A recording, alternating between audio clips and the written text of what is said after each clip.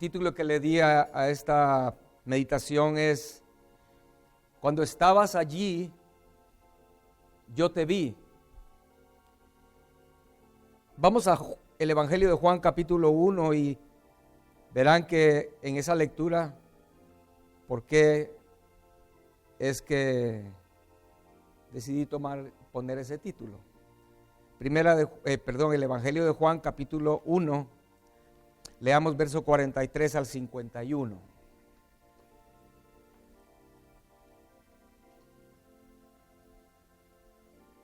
Y qué lindo es saber que el Señor no ha puesto en su palabra ni una sola letra de más. Él no ha puesto ahí ninguna palabra solamente para que poéticamente sonara mejor, sino Él ha puesto cada cosa allí con un propósito. Por ejemplo, los milagros del Señor que aparecen en los evangelios son señales. No es solo porque Él hizo milagros y sin ningún otro propósito que el de haberle hecho un favor a esa persona, sino la Biblia dice, son señales. Los milagros del Señor son señales para que los veamos, para que los escudriñemos y podamos sacar las lecciones que Él quiere darnos a través de lo que Él hizo y de lo que Él escribió. Entonces, Juan capítulo 1, verso 43 al 51. El siguiente día quiso ir a Galilea y halló a Felipe y le dijo, sígueme. Y Felipe era de Betsaida, la ciudad de Andrés y Pedro. Felipe halló a Natanael y le dijo, hemos hallado a aquel de quien escribió Moisés en la ley, así como los profetas, a Jesús, el hijo de José de Nazaret. Natanael le dijo, ¿de Nazaret puede salir algo de bueno? Le dijo Felipe, ven y ve. Cuando Jesús vio a Natanael que se le acercaba, dijo de él, he aquí un verdadero israelita en quien no hay engaño. Le dijo Natanael, ¿de dónde me conoces? Respondió Jesús y le dijo, antes que Felipe te llamara, cuando estabas debajo de la higuera, te vi. Respondió Natanael y le dijo, Rabí, tú eres el Hijo de Dios, tú eres el Rey de Israel. Respondió Jesús y le dijo, porque te dije, te vi debajo de la higuera, ¿crees? Cosas mayores que estas verás. Y le dijo, de cierto os digo, de aquí adelante veréis el cielo abierto y a los ángeles de Dios que suben y descienden sobre el Hijo del Hombre. Amén. Hablando de hacer misericordia el Señor, este es un pasaje como tantos donde el Señor hace misericordia. Amén. De una forma que ¿quién de nosotros podría hacerlo? Solo Dios lo puede hacer. El Señor halló a Felipe, pero el Señor ya sabía que Felipe iba a hallar a Natanael. Y que eso iba a provocar que Natanael pudiera recibir la misericordia de Dios que tanto necesitaba. Amén. Le dice aquí, hermanos, en este pasaje, lo primero que le dice Felipe a Natanael es, hemos hallado a aquel de quien escribió Moisés en la ley. Amén. Solamente alguien de quien hemos oído que escribieron. Obviamente está dando por sentado que él ni lo conocía, no sabían quién era él. Pero así es hoy también entre los cristianos, hermanos. Cristianos que están dentro de la iglesia, pero Jesús solo es alguien de quien está escrito en este libro, alguien de quien han hablado, pero el Señor quiere darse a conocer, y es de lo que está envuelto aquí en este relato. Natanael le responde: ¿de Nazaret puede salir algo de bueno? Hermanos, Natanael pertenecía al pueblo de Dios. Sí, no era un extranjero, era parte del pueblo de Dios. Y así nosotros hoy somos parte del pueblo de Dios, ¿o no? Si alguien te dice a ti: mira, ahí va caminando un alemán, se supone que ese alemán conoce Alemania y sabe algo de Alemania, ¿no? Y te puede contar algunas cosas de cómo es allí. Pero qué triste es que muchos sean parte del pueblo de Dios, pero no saben ni quién es Dios, ni cómo es su Dios, qué es lo que su Dios pide de él, cuáles son los atributos de su Dios. Eso es trágico, ¿no? Pertenecer al pueblo de Dios y no saber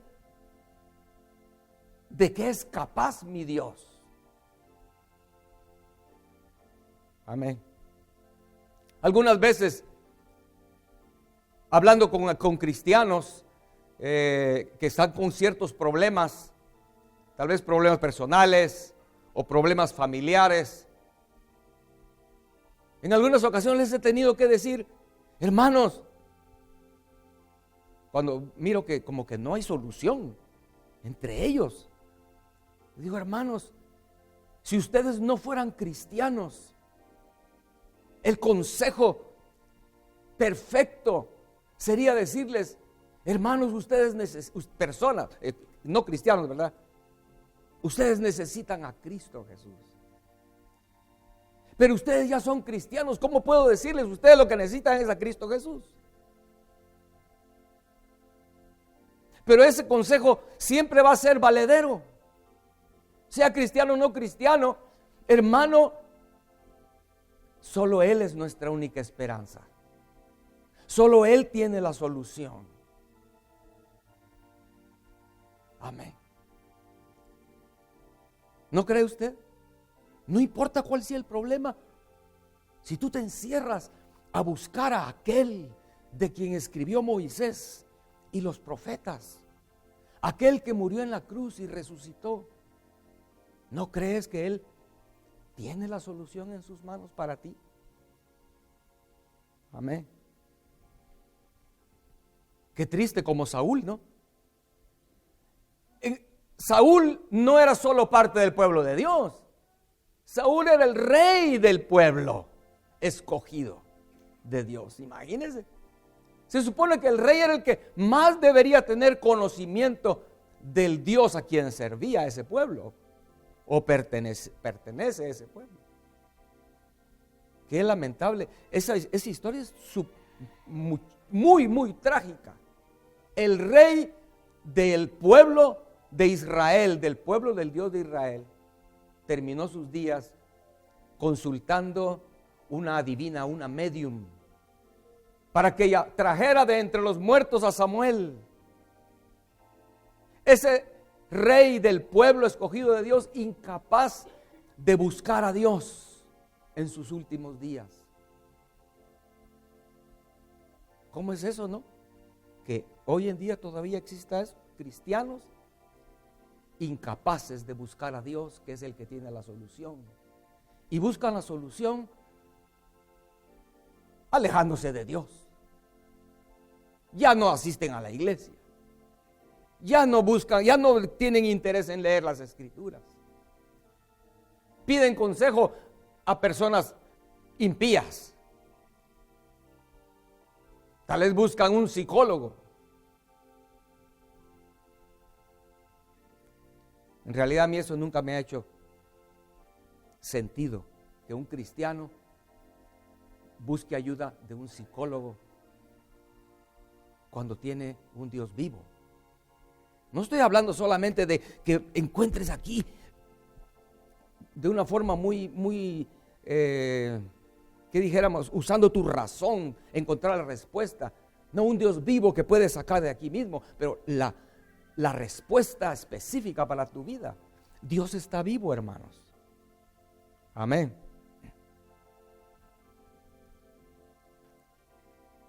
Yo creo que Natanael allí debajo de la higuera sí tenía preguntas, ¿no?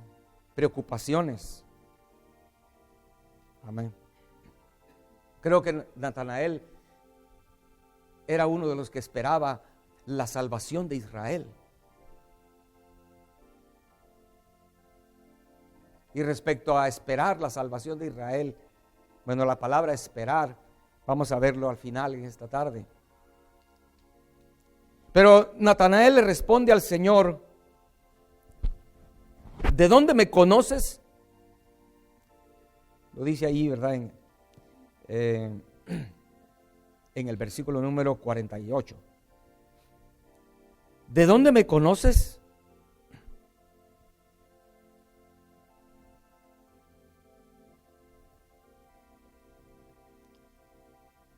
Hermanos, muchas personas en el pueblo de Dios hoy están batallando con soledad. Se sienten solos. Tal vez la figura que me viene a la mente, Natanael sentado debajo de una higuera. Un árbol frondoso, las higueras son muy frondosas, dan mucha sombra. Muchos cristianos, creo yo, hermanos, que sufren de soledad y luchan solos, pasan pruebas solos, sufren, solitos es ellos, padecen solos. Pero el Señor tiene una respuesta para eso, hermanos. Y es lo que queremos ver en esta tarde, ¿no?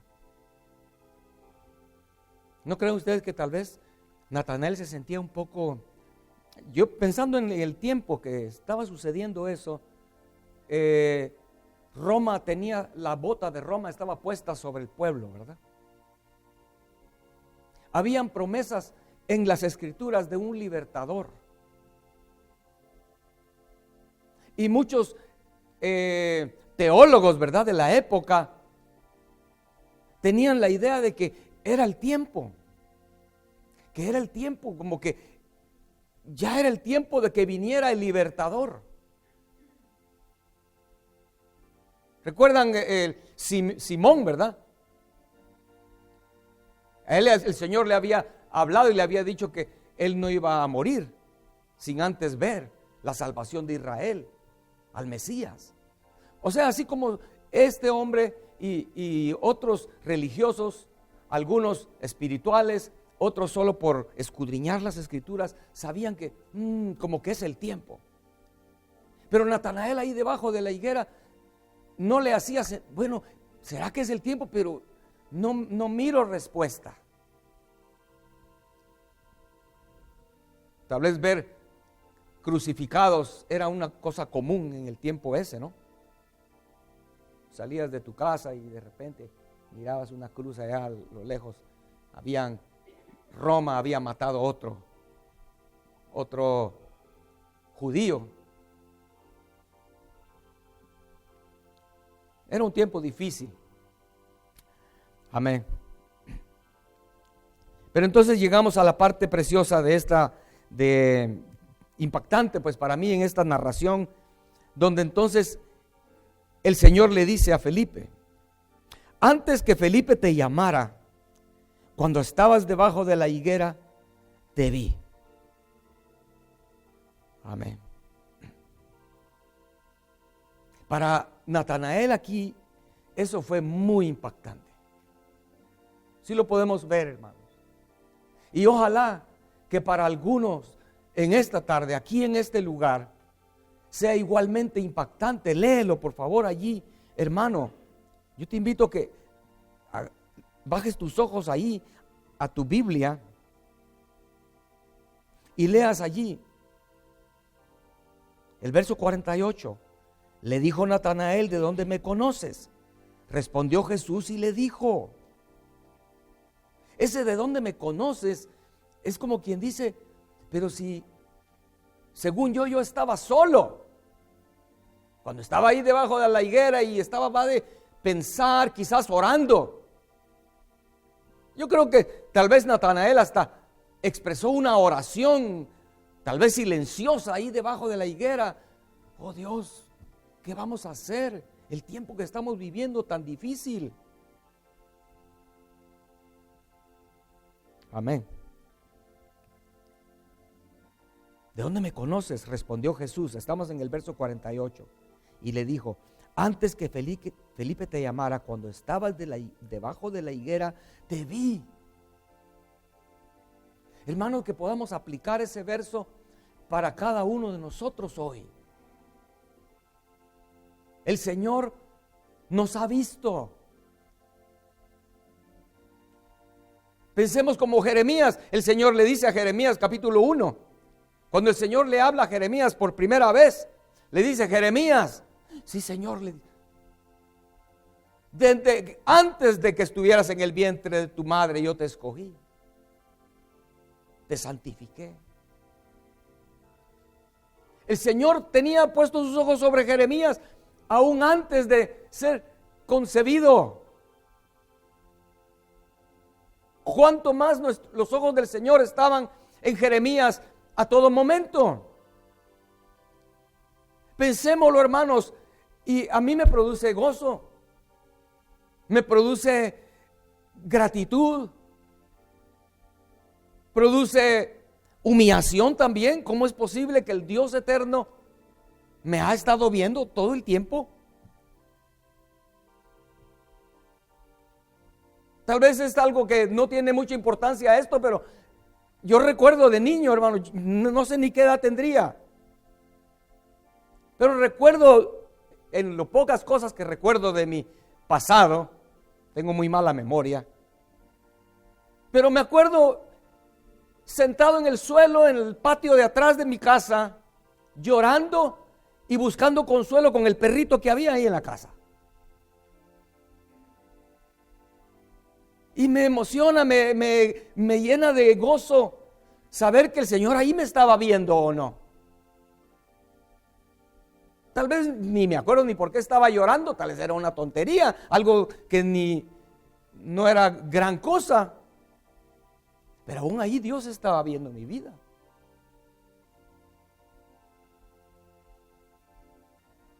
A mediados de los años 70 en Guatemala, donde yo vivía, si a un joven lo agarraban con marihuana, aunque fuera una cosa pequeña, un solo cigarro de marihuana, lo más seguro es que ese joven no aparecía más vivo en esa época. Y yo recuerdo con un amigo cuando estuvimos así de que nos encontraran la marihuana. El Señor vio mi vida, Él me evitó. Obviamente salimos de ese día que no nos encontraron nada, por poquito, felices, como que qué suerte tenemos, pero no era suerte. Poquitos años después de eso, yo recuerdo, no estaba solo, estaba mi mamá frente a mí, pero yo, de lo profundo de mi ser, yo grité. Yo recuerdo que lo grité: lo que yo quiero es encontrar a Dios, le dije. Ella en mi caso hasta se burló de mí porque dijo, es como que a una esposa, su esposo alcohólico le diga: es que yo quiero dejar de tomar. Eso ya me lo dijiste 100 veces, ya ni caso le hace. Pues algo así, yo no se lo había dicho a mi mamá, pero era primera vez que lo hacía, pero de todas maneras, solo porque estás metido en el problema estás diciendo eso. Pero Dios estaba viéndome, Dios me escuchó. En poquito tiempo después de eso, así como el Señor halló a Felipe, me halló a mí. Y yo creo que todos aquí tenemos una historia que contar, hermanos. Cómo el Señor nos halló. El Señor nunca te ha dejado de ver. Es la verdad, hermanos. Amén. Por eso es que cuando Felipe oye esas palabras, Rabí le dice, tú eres el Hijo de Dios, eres el Dios de Israel. Amén. Al pensar en una higuera, creo que lo primero que pensamos es en Adán y Eva, ¿verdad? Porque fueron ellos los que se taparon con hojas de higuera.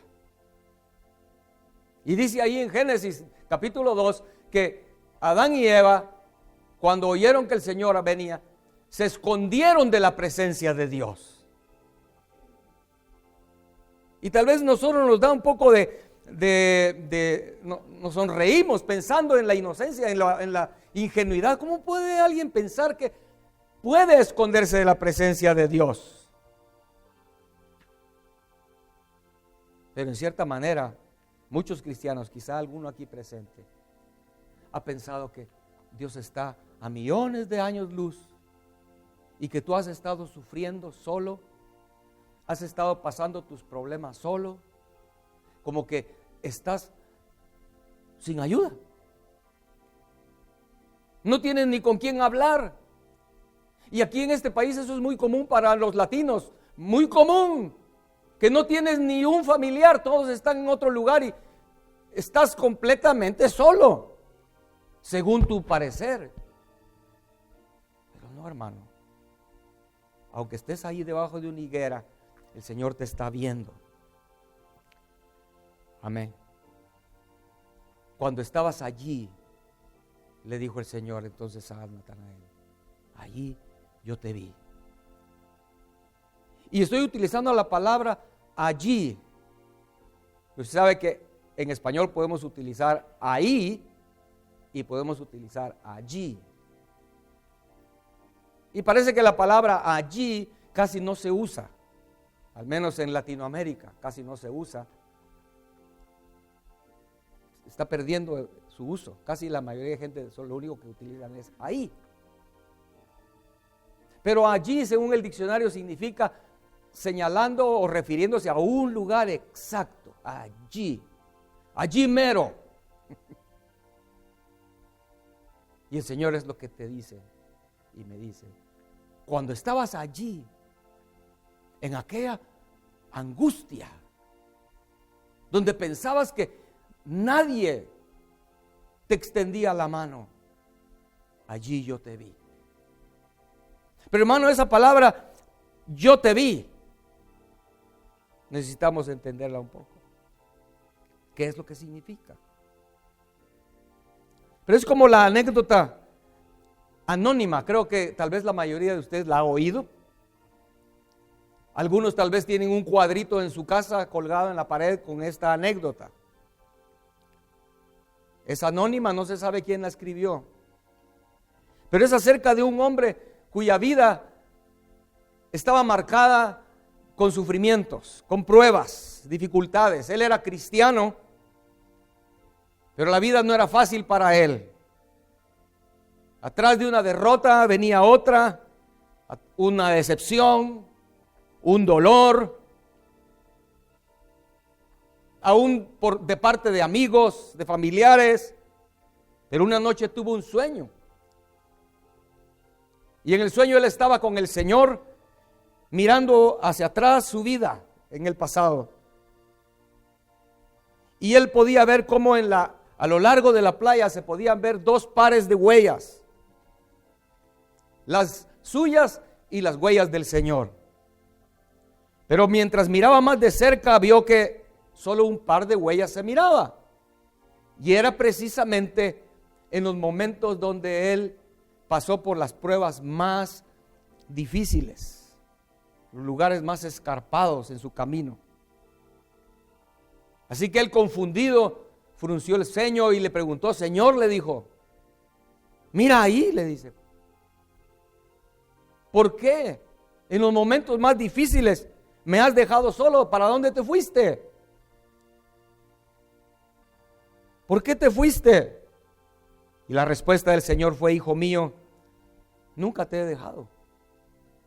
Los dos pares de huellas que ves eran en esos momentos en los que estabas pasando pruebas que casi no ibas a poder soportar.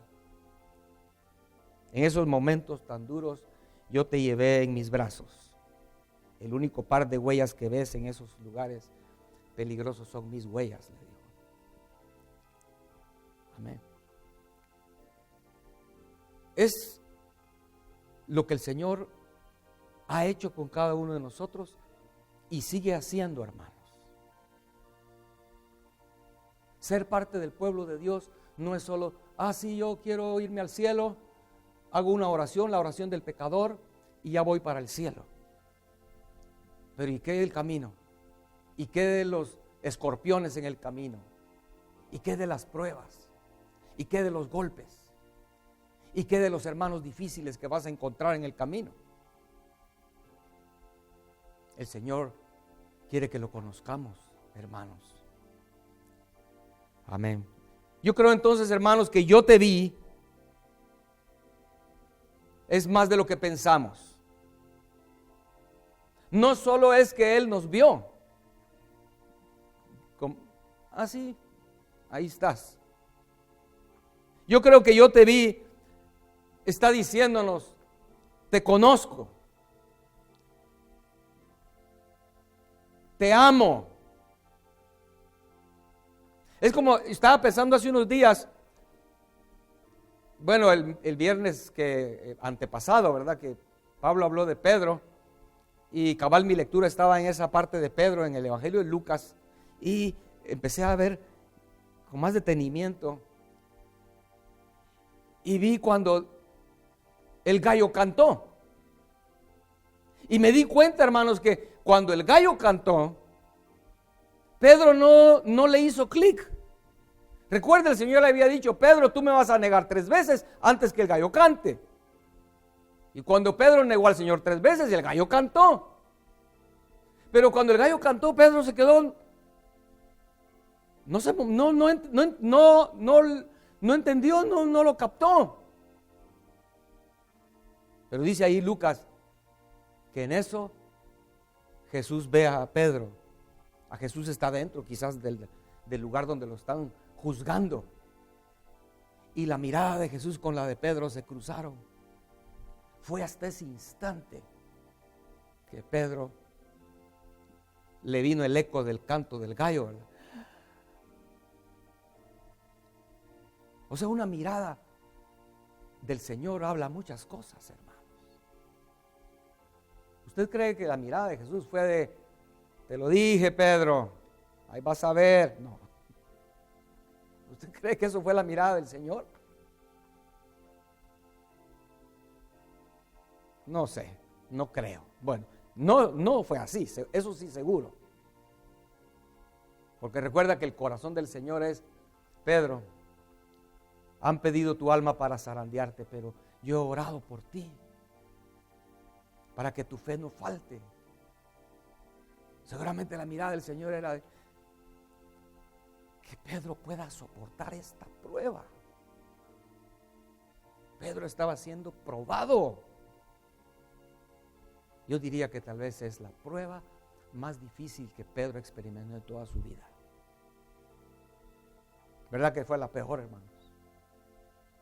Una prueba dificilísima. Pero aún ahí en esa prueba, siendo el Señor a quien él estaba negando, aún ahí la mirada del Señor fue muy preciosa para Pedro. Pero él sale llorando amargamente. Pero el Señor no nos va a dejar ahí. Yo creo que yo te vi significa me importas mucho. Por eso te estoy viendo, porque me importas. A veces aquí en este país, donde hoy hay tanto problema racial, etcétera, uno no puede quedarse viendo a alguien porque le importe.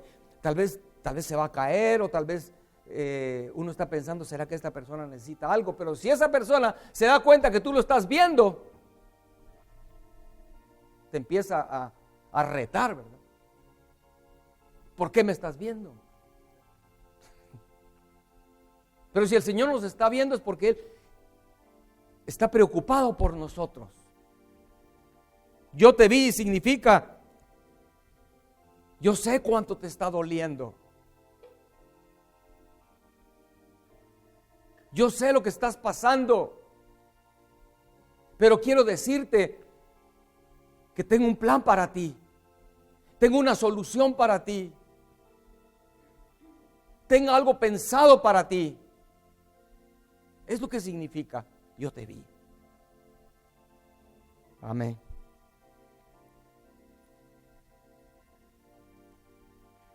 Amén, hermanos. Ojalá que en esta tarde podamos nosotros reconocer que no solo en el pasado Él nos ha estado viendo de esa manera, con preocupación, con un anhelo tan grande de querer ayudarnos, que estuvo dispuesto a dar su propia vida por ayudarnos, por bendecirnos. Pero eso no solo fue en el pasado, eso es actual, en este mismo instante. Amén. No tienes por qué explicar cuál es tu problema ahorita. ¿Cuál es tu dificultad ahorita? ¿Habrá algo imposible para Dios? Esa zarandeada de Pedro era parte de un plan. Porque Dios tenía planificado para Pedro una bendición mucho mayor. Pero ¿qué debemos hacer entonces, hermanos?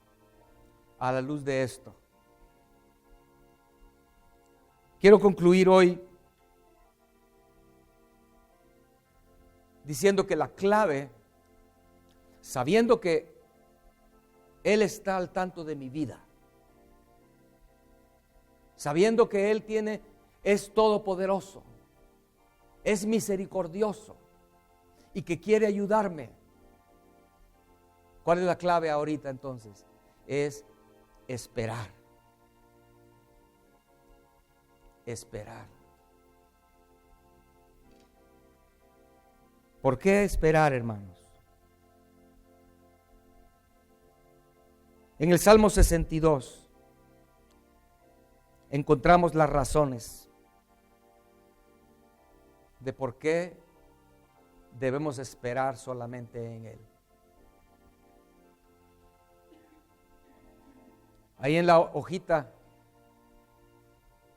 si usted agarró una de las hojitas que ponemos con anuncios, ahí está esta porción, Salmo 62. Vamos a leer allí en el Salmo 62, verso 1, verso 2, verso 5, verso 7. Porque la clave, oiga bien, según este salmo, la clave es esperar en Él, solamente en Él. Solamente en Él. Nadie más, ni en nada más. Y el salmo lo dice de esta manera. Si usted va a darse cuenta que la palabra solamente está varias veces escrita ahí. Dice el Salmo 62, verso 1. En Dios solamente está acallada mi alma. De Él viene mi salvación. Él, solamente Él, es mi roca y mi salvación. Es mi refugio. No resbalaré mucho. Alma mía, verso 5. En Dios solamente reposa, porque Él es mi esperanza. Verso 7, en Dios está mi salvación y mi gloria.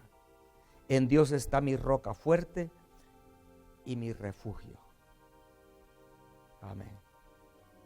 Según verso 1, solamente Él es nuestro Salvador.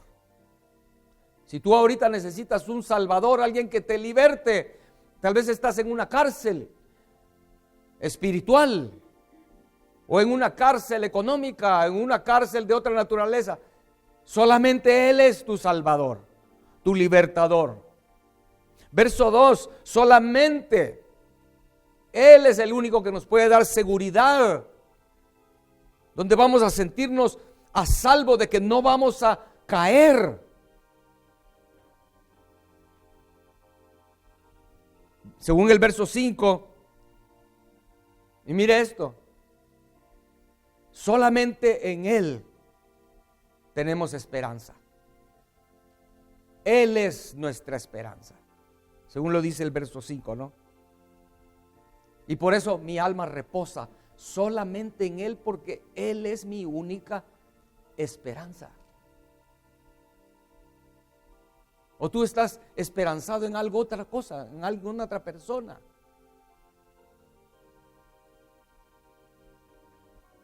Él es nuestra esperanza. Y verso 7, solamente Él es mi refugio. Solamente en Él podemos encontrar ese lugar donde podemos reposar. No tenemos ahí preocupación de enemigos, porque es ¿quién puede penetrar ese refugio? Así que, hermanos, la razón, según este salmo, de que esperemos solamente en Él, es porque sin Él no hay salvación. Sin Él no sientes seguridad. Sin Él no tienes esperanza. Sin Él, hermanos, no te sientes protegido. Por eso es que yo le digo a hermanos que llegan a veces con esas situaciones, digo, pero si la respuesta para ti es que necesitas a Él, ¿qué quieres que te diga? ¿Qué consejo quieres oír? ¿Quieres que te envíe a un psicólogo?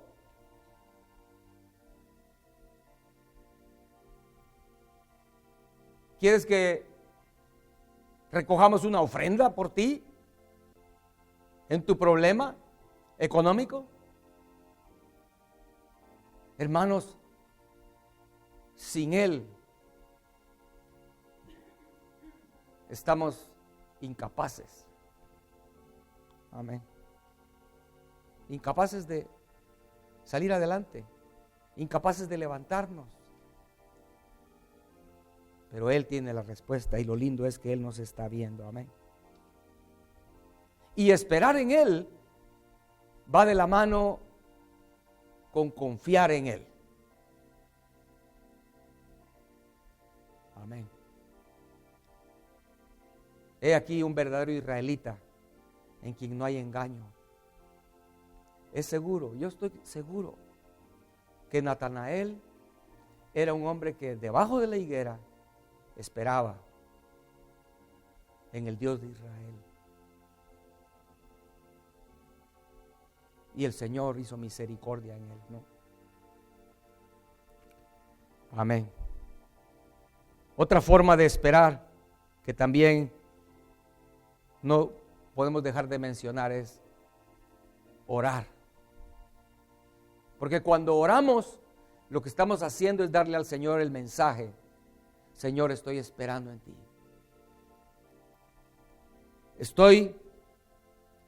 Gracias, estoy protegido. Sé que tú me estás viendo.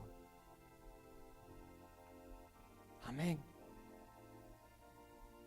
Sé que tú me estás viendo con ojos de amor, con una protección muy grande sobre mí.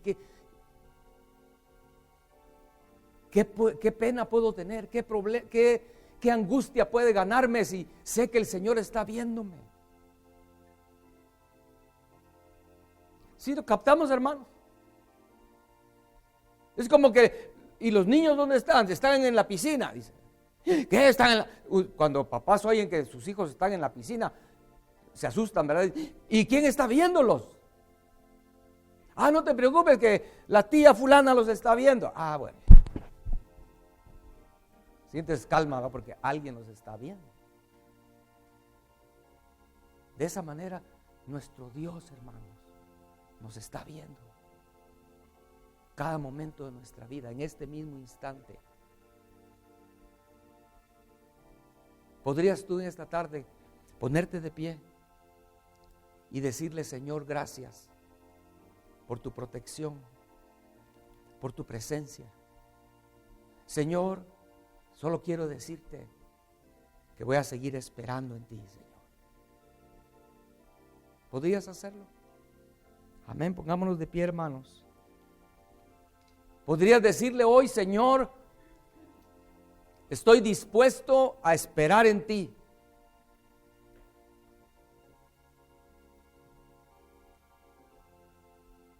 Yo estoy seguro que si alguien aquí ahorita está viviendo con una desesperación,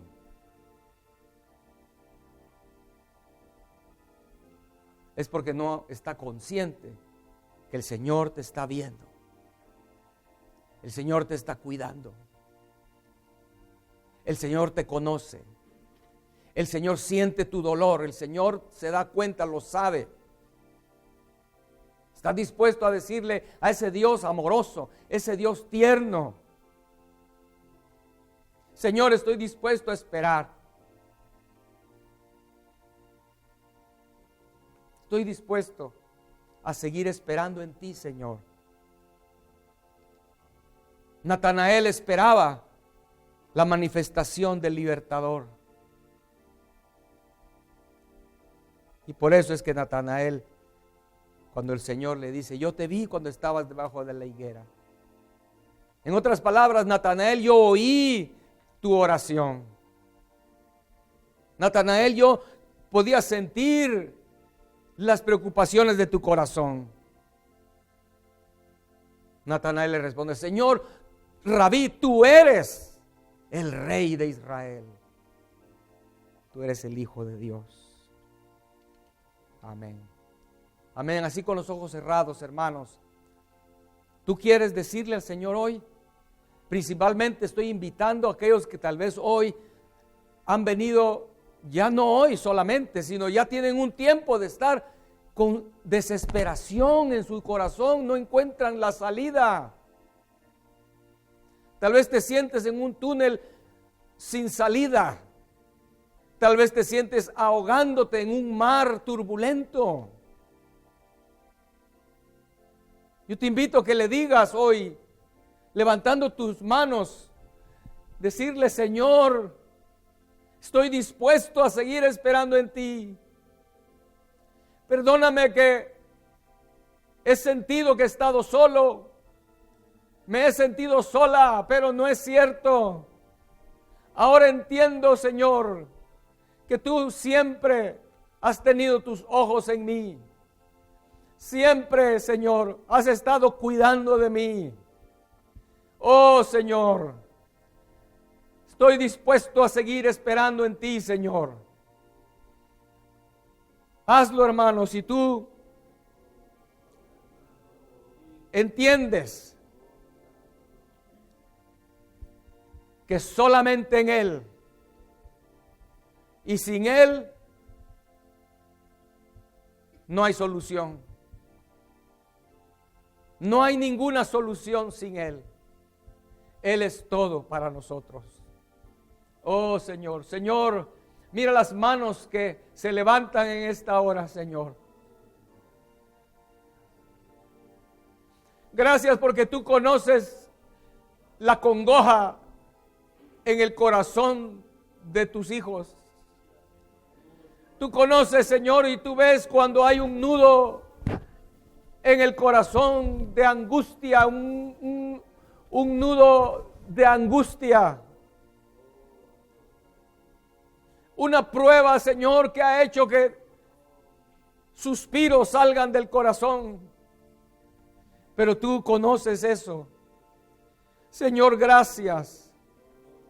Señor, sabemos que a su tiempo, si esperamos en ti, tú enviarás el alivio, tú enviarás la solución. Y lo más precioso de todo, veremos cosas grandes, como tú le dijiste a Natanael. El Señor tiene planificado cosas mayores, hermanos. Cosas mayores. Amén. Amén. Gracias, Señor.